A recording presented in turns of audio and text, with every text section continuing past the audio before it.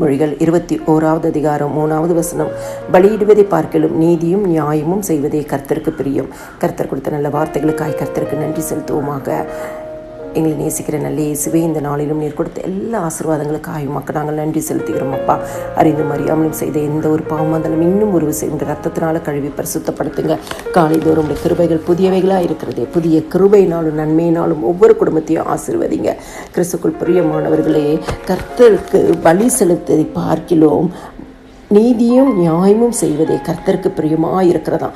நம்மளோட வாழ்க்கையில் எல்லா விஷயத்திலையும் கர்த்தருக்கு பயந்து உண்மையும் நீதியுமாய் இருக்கும் பொழுதே கர்த்தர் நம்மையும் நம் குடும்பத்தையும் ஆசீர்வதிக்க அவர் உண்மை உள்ள தேவனாய் இருக்கிறார்.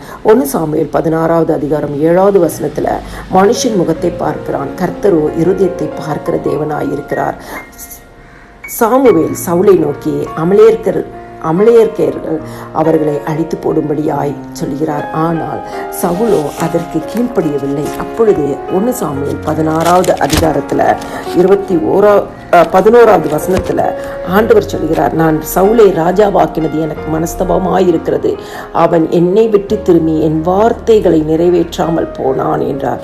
ஆண்டவரை துக்கப்படும்படியாய் இந்த சவுளுடைய வாழ்க்கையில் கர்த்தருடைய வார்த்தைக்கு கீழ்ப்படியாதபடிக்கு, நீதியாய் காரியத்தை செய்யாதபடிக்கு, நியாயமாய் செய்யாதபடிக்கு இருந்தானாம்.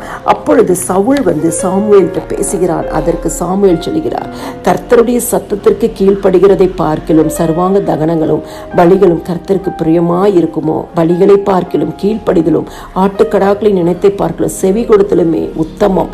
இன்னைக்கு நம்மளுடைய வாழ்க்கையிலையும் கர்த்தருடைய பார்வைக்கு நீதியாயும் நியாயமாகவும் செய்வதுதான் கர்த்தருக்கு பிரியமாய் இருக்கும்.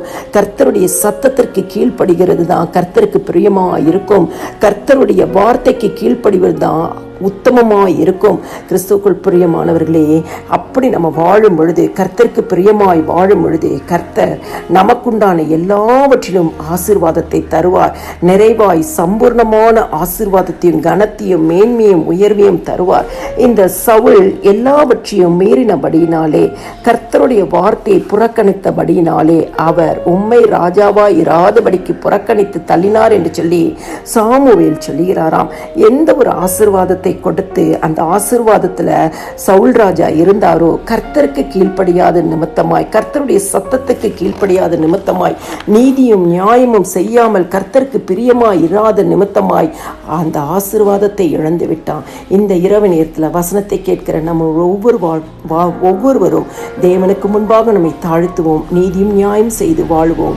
எல்லா துதிகன மகிமையும் என் ஆண்டவராக இயேசு கிறிஸ்து ஒருவருக்கே செலுத்துகிறேன். ஆமென்.